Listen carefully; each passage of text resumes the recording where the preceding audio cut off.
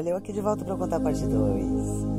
Então, ele começou a ver aquilo, né? E ele viu que não tinha ninguém. Não tinha ninguém naquele corredor.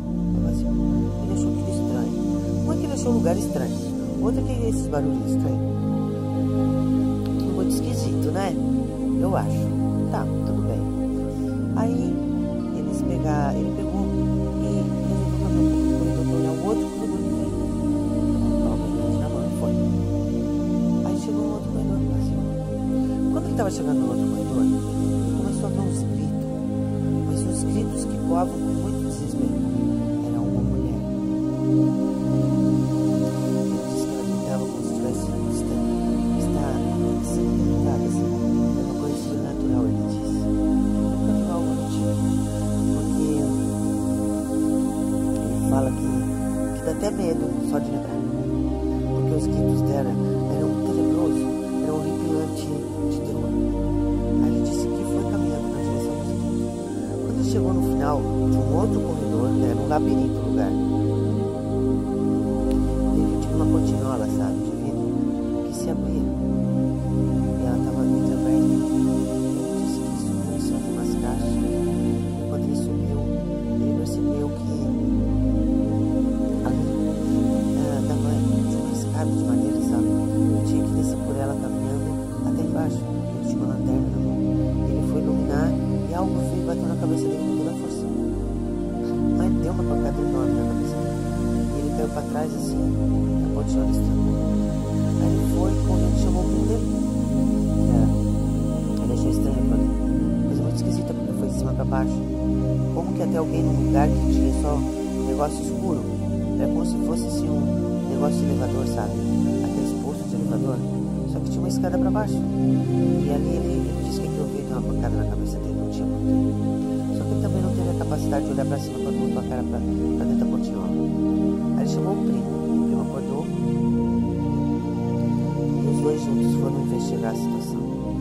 Pegaram uma outra lanterna, porque ele devia cair. E foram. Quando chegaram lá, a portinhola estava cadeada. Tinha sido fechada. Ele disse que não tinha fechado a portinhola dela, mas abriu de novo. Iluminaram para cima, iluminaram para baixo, iluminaram para todos os cantos dentro daquele lugar. Não tinha nada. Aí o primo dele, não, vamos lá embaixo para que tem isso então. Estou vendo uma mulher gritando, mas não que. Quando o primo dele começou a descer as escadas, ele começou a ouvir os gritos. Mas os gritos eram aterrorizantes. Eles disseram que eram os gritos mais terríveis que já viram na face da terra. E eles foram. Quando eles foram, eles pegaram e viram que havia de um lugar, de um quarto. Eles foram em direção a esse quarto. Quando eles chegaram no quarto, tinha uma alma nesse quarto. E os gritos estavam vindo lá dentro. Eles iluminaram tudo e não viram nada.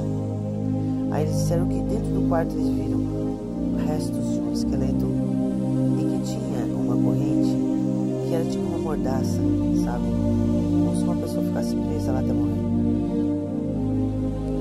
Daí ele pegou e disse, meu Deus, que lugar é esse? Vamos embora daqui, meu.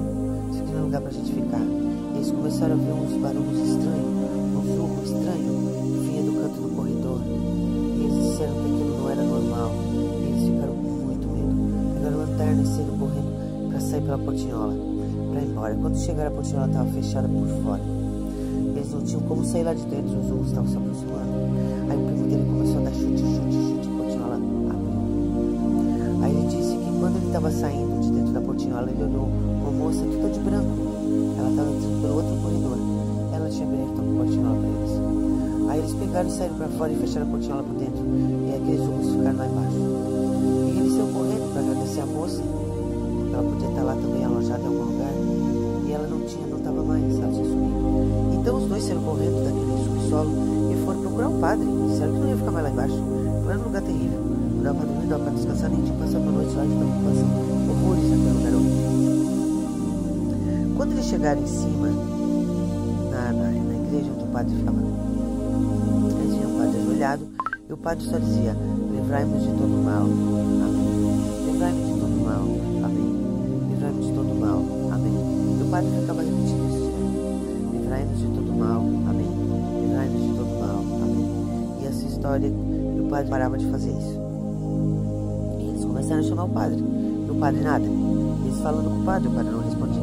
Aí o Nicolas, invocado, foi perto do padre. Chegou perto do padre. O padre olhou para eles com um olhar demoníaco, como se fosse se transformando naquela coisa, e segurou o primo deles, o primo do Nicolas, que é o que está nos contando a versão da história. Quando o padre segurou o primo, o Nicolas saiu na picada e deixou o primo lá sozinho com esse bicho. E ele começou a se transformar nessa coisa ruim. Era um padre, o bicho que eles tinham visto na estrada. E aí eles entenderam o porquê da moça gritar. Porque a moça deve ter sido torturada por ele alguma coisa. E aquele bicho começou a se transformar de uma forma sobrenatural. E ele disse que fazia todas as forças desse mundo para conseguir se livrar do bicho. E ele não conseguia. Não tinha jeito. Aí ele disse que de repente, do nada, o bicho levou como se fosse uma pancada no pescoço. E largou ele. E não tinha terminado de se transformar. Aí ele começou a correr e desceu para o subsolo de novo. E foi para aquele lugar onde estava a portinhola. Chegou lá, ele abriu a portinhola, trancou e desceu para baixo. Quando ele desceu, o bicho em seguida já estava vindo atrás dele, urrando e vindo atrás dele para matar. Mas para matar de verdade. E ele disse que correu para um lado e correu para o outro e se enfiou num quarto que tinha e conseguiu se trancar.